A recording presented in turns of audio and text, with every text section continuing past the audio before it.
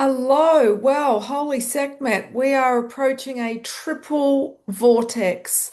So that's a triple portal. Let me explain. So it's a big week and it's a great week. So, first of all, the seasonal portal. Many celebrated Lammas in the Northern Hemisphere, which is the halfway point between the summer solstice and the the autumn equinox, also known as Lugnased, named after the Celtic sun god Lu. But the traditional date, August 1st, is not the true cross quarter halfway point. The halfway point is exact on August the 7th at 1:15 in the morning UK time. If you subscribe to my newsletter, you'll get the exact date and time in your time zone. And if you don't already subscribe, you can join free on my homepage, themoonwoman.com. So, those of you in the southern hemisphere, it's Imbolc, and this is the return of the light after the darker months, the first glimmer of hope, when we often get insight or inspiration into what challenged us, what took us down, what humbled our ego during the autumn and winter.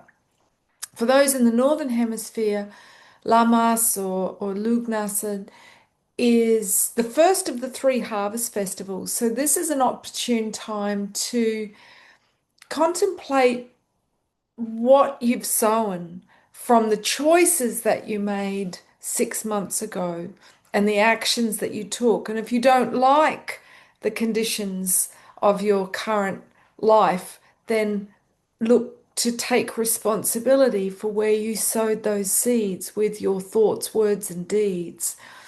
So that leads us to the second portal, which is happening this week, which is the zenith of the Lion's Gate.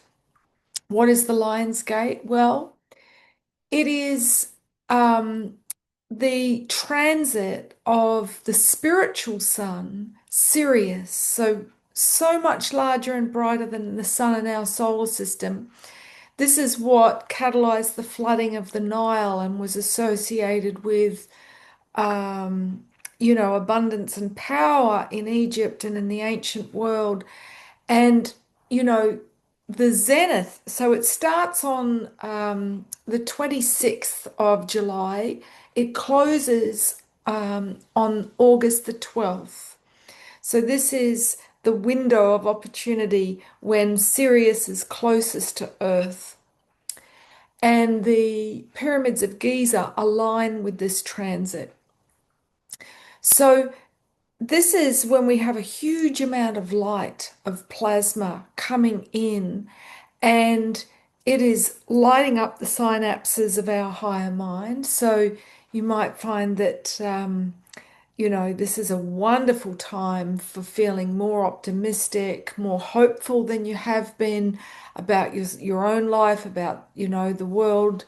And this is often when we receive a call of the heart to step up, to play our role as sacred sovereigns, to take right action, to heal the world soul, to bring about truth and justice for all through following the call of our heart.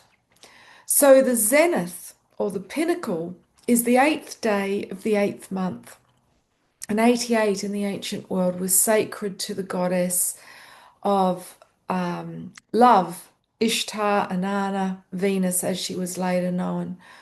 And that's because she is the one, the heroine's journey is when we raise our energy, our serpent power, our Kundalini up through the seven major energy centers to the crown, which is the eighth chakra or the Godhead.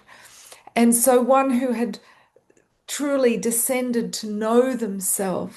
And if we think about the ancient symbol of the mystic, the fish, like the Vesica Pisces, the center of the mandala, we see someone who descends and rises again and ascends. So this is where the symbol of the fish comes from, which was appropriated as a Christian symbol, but it's a much more ancient symbol. So eight is to know oneself, yeah, to have not been rescued by somebody else, but to have arisen because you have humbled your ego and surrendered to the ultimate power. And that then opens the flow of divine providence. You know, eight is the infinity symbol, it's how energy moves. So it is associated with the flow of abundance. So, you know, you'll see a lot of magazine articles telling people, you know, this is the day to manifest, this is the power window. But really, all the preparation is done leading up to this day, which is acknowledging where we limit ourselves, where we disown our power or abdicate our power outside of ourselves.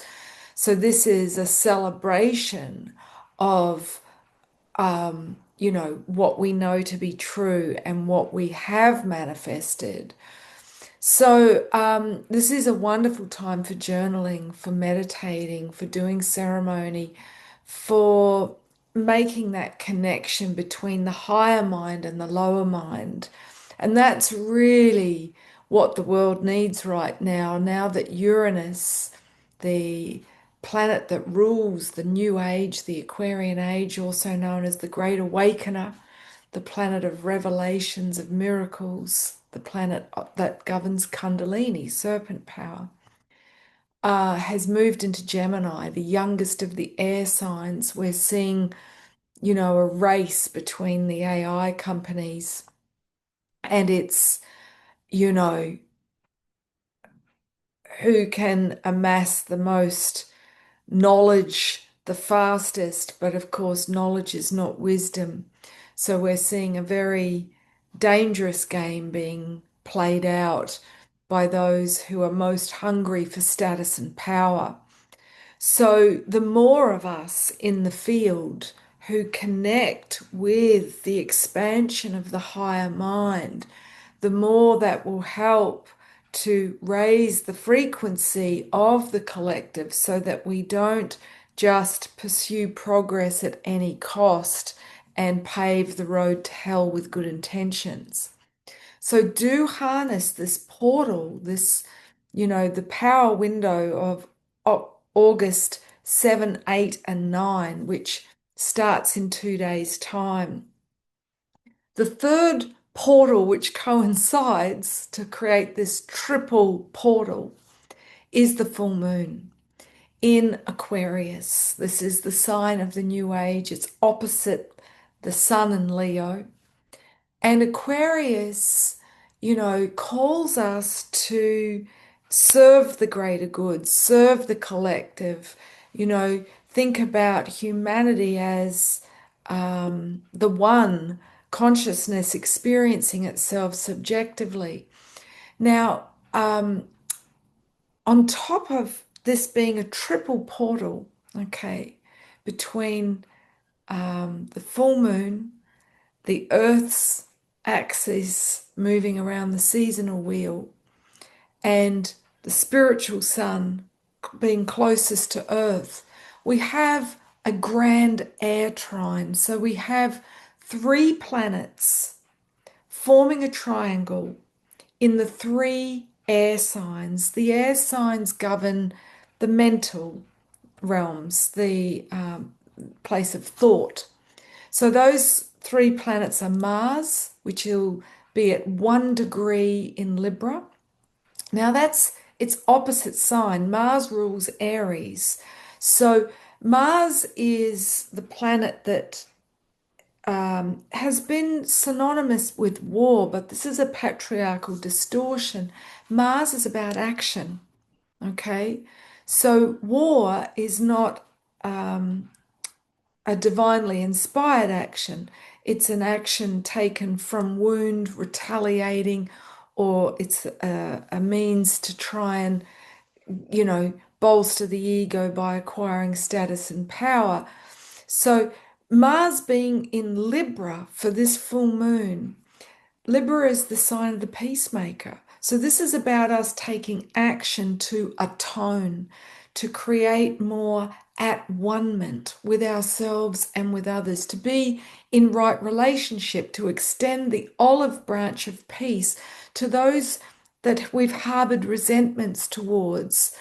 Um, and the more people who do that, the more we create peace on earth. You know, we don't create peace on earth by writing that in a Christmas card. We do it by making amends, by humbling our ego to those who, we judged from a place of ego superiority, in order to bolster our ego, um, by trying to diminish the light of others. We also have Uranus, the ruling planet of Aquarius, at 1 degree in Gemini. So these 1 degree, the first degree of these signs, it's a potent new beginning. Gemini, the youngest of the three air signs, can have puppy mind. It gets constantly distracted by clickbait, by new ideas. It's very curious, and it's great to be curious, but it's important that we exercise critical thinking. We don't just consume ideas, for the sake of needing to know everything that's happening. For instance, someone said to me yesterday that 44% of what is being put out by ChatGPT is in fact a hallucination, isn't correct information. And a lot of people aren't double checking it, you know, in our voracious appetite to quickly consume information. We're searching, getting the first answer, and not doing any of our own sort of critical thinking or research to fact check ourselves. You know, the term fact check is loaded because it was used as a form of censorship and control over the last few years. But we need to be checking the facts ourselves. I recommend using the search engine Brave. It is the least censored search engine if you're wanting to find out. And if you are using ChatGPT, then, exercise discernment and also put in the date, asking that this information is up to date as of this date, because otherwise, apparently, it only gets updated once a year. So, and things are moving very quickly, so things are obsolete. But I'm not endorsing ChatGPT. I'm really encouraging people to dig a bit deeper. Um, we have Pluto, the planet of transformation, the planet that really uses X-ray vision to get to the bones of the matter at 2 degrees. So again, the beginning of Aquarius. Now, this is, the final air sign, the most mature of the air signs. And Aquarius is about expansive thought, ideas that serve the greater good, new concepts, innovations, perceptions that help us to transcend stories and limited beliefs that have sabotaged us and created disharmony, imbalance, and conflict. So this is a wonderful, potent window for reinvention of your identity, of your perception of reality. So this is a dawn that is breaking with new and exciting possibilities. And we are being asked to expand the light that we can hold within.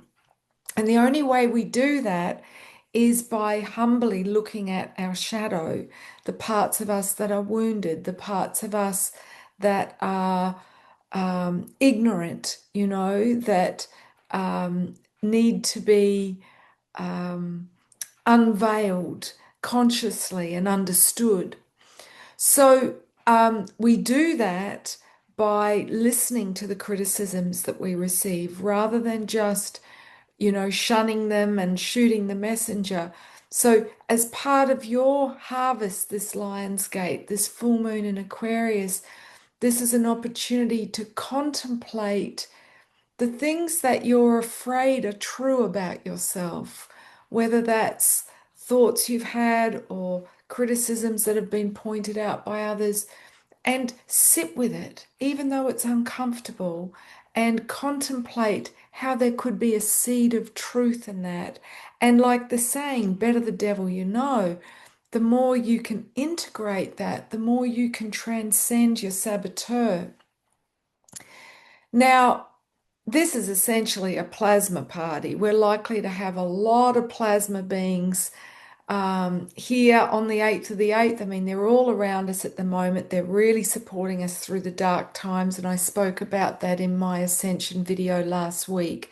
If you're interested to check that out, the August Ascension update.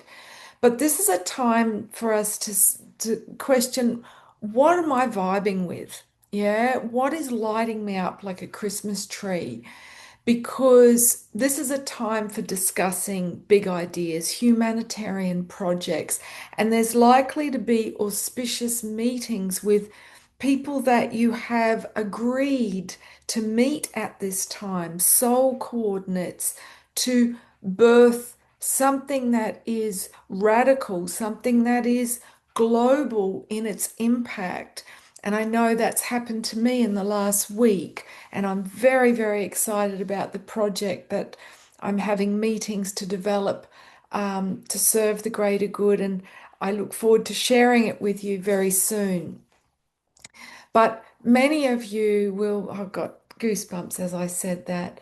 Many of you will be feeling the call to stand taller in sacred leadership in some way. You may be called out by your community. People may seek you out and say, would you please, you know, answer the call to this need? So pay attention rather than simply trying to think how you can be of service.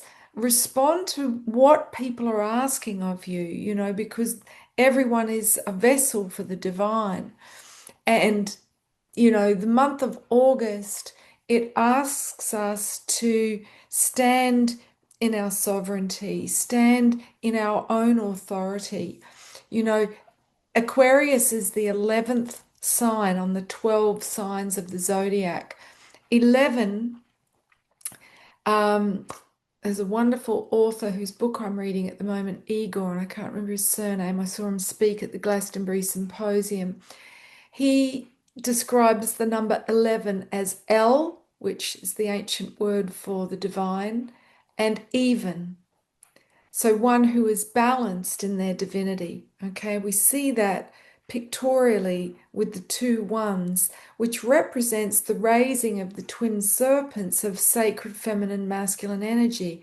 So when we balance these energies, we embody the master being, one who has mastered the lessons of action and reflection to become balanced. And the more balanced we are, the more we can be that sacred vessel.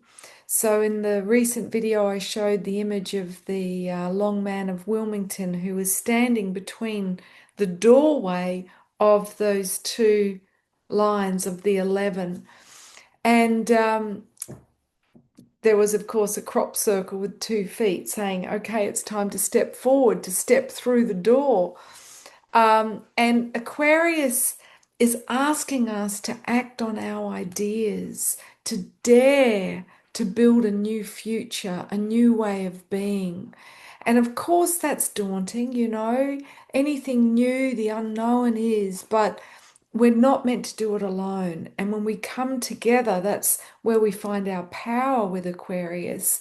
Then, we help each other to summon our courage, and we champion each other's gifts and visions to create in a way that is joyful. And that's what this full moon is asking us to do. Now, I recently saw a wonderful video about the power of authenticity, and it's been shown that that is the highest frequency we can attain, even higher than love. Um, and that's because when we are authentic, we are a clear channel for our divine expression. We're not veiling ourselves, we're not diminishing ourselves. So, this is a call to let your freak flag fly high. I love the disco song La Freak. It's got that kind of orgasmic raising of the energy where it invites people to let their freak out through dance, which is one of my favorite ways of doing it. But this full moon is saying it's time to get freaky. It's time to love your eccentricities and the things that make you uniquely you and share them. Share them.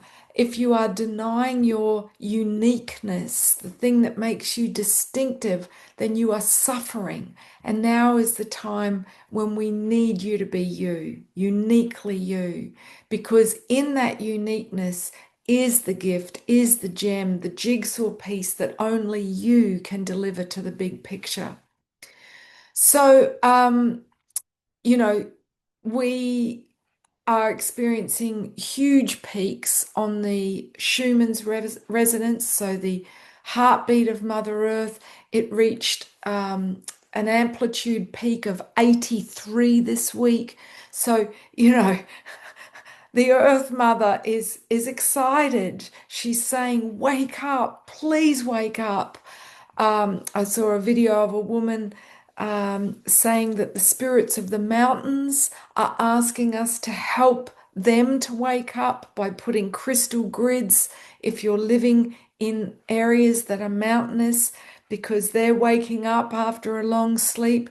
We're not meant to do this alone. All of the elementals, the nature beings, the tree dryads, it is with their help that we are going to transcend the threat, the imminent threat of the war with the machines, of the end game of patriarchy, which is the egoic arrogance of the lower mind to think that it can better nature, that it can be more godly than God. So, yeah, this is a time to really send your heart to your power place in nature, to spend time in nature reconnecting with your power, because that's when we're most powerful. It's certainly why I'm being guided to show up in live situations rather than in the digital realm. Whilst, like many, I have felt victimized because I've been so shadow banned and censored online.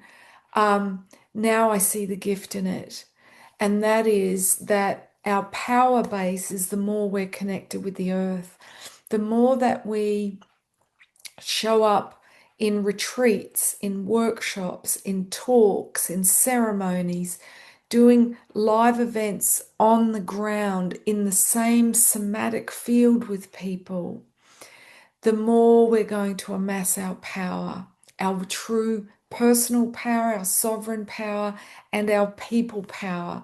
So I've still got places at my retreats that are happening in September for women. So the 1st to the 7th in Morocco, which is demystifying moon pause.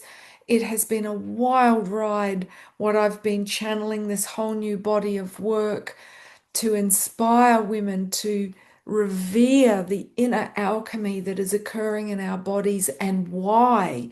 So, if you want to find out more, I invite you to check out the link with the discovery call to my menopausal retreat. And this isn't just for women that are in menopause. If you're in your mid to late 30s, this is for you. If you're in your 40s or 50s, this is for you, because, you know, I had women come to see me in topness and saying, "Oh, I wish I'd known this when it's first started," you know. It's a long journey. It can last up to 12 years. And the more we understand it from a mystic perspective, the more we can wholeheartedly embrace it and support this process. So we're journeying at September 1 to 7, leading up to the full moon eclipse in Virgo, the sign of the priestess. And yeah, excited. I am also running the retreat in Bali, September 25 to October 2.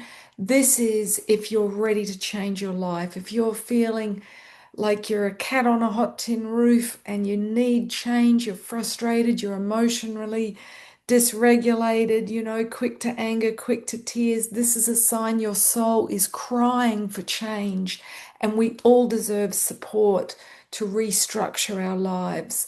So consider joining me if that speaks to you in Bali. The details are on the homepage of my website.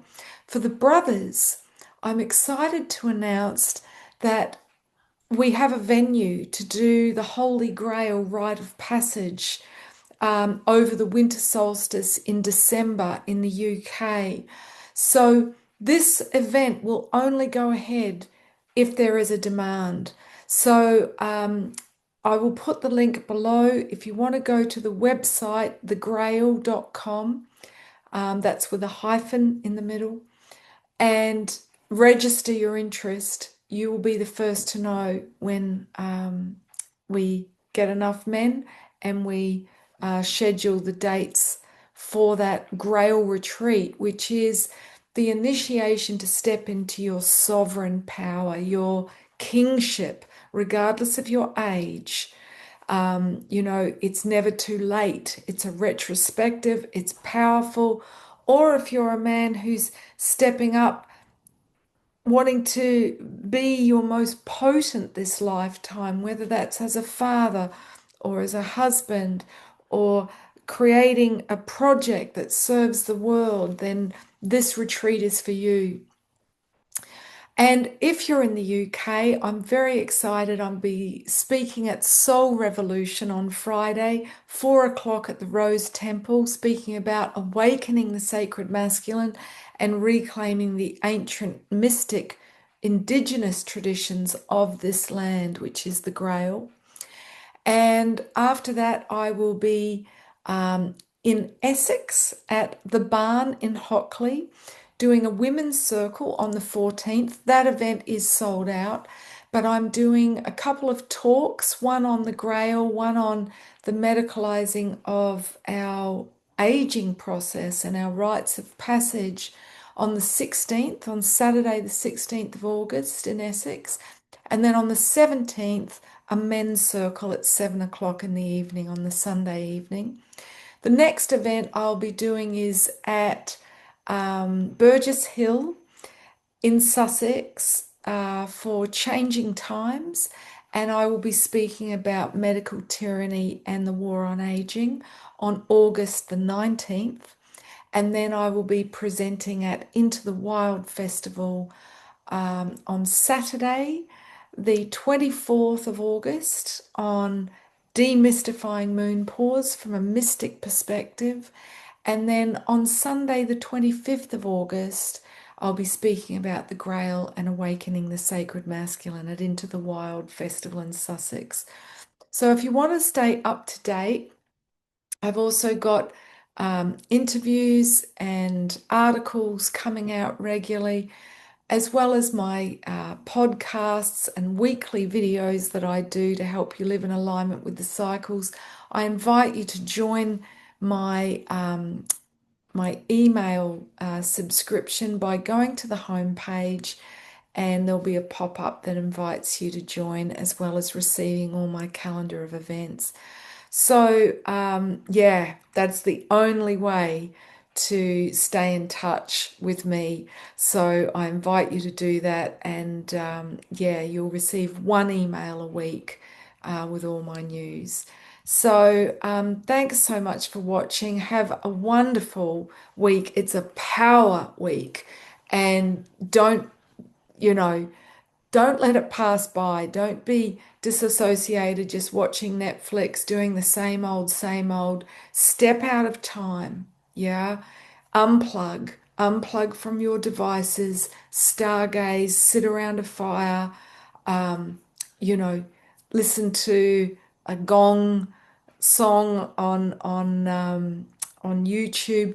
Allow yourself to journey into that theta brainwave state, into trance, to be able to attune to the guidance and the insight of the spiritual sun, Sirius, as it's moving so close to Earth on the 8th of the 8th. And in doing that, you are helping the collective consciousness to rise. Thanks so much for watching and tuning in and following me. And do subscribe. Cheers.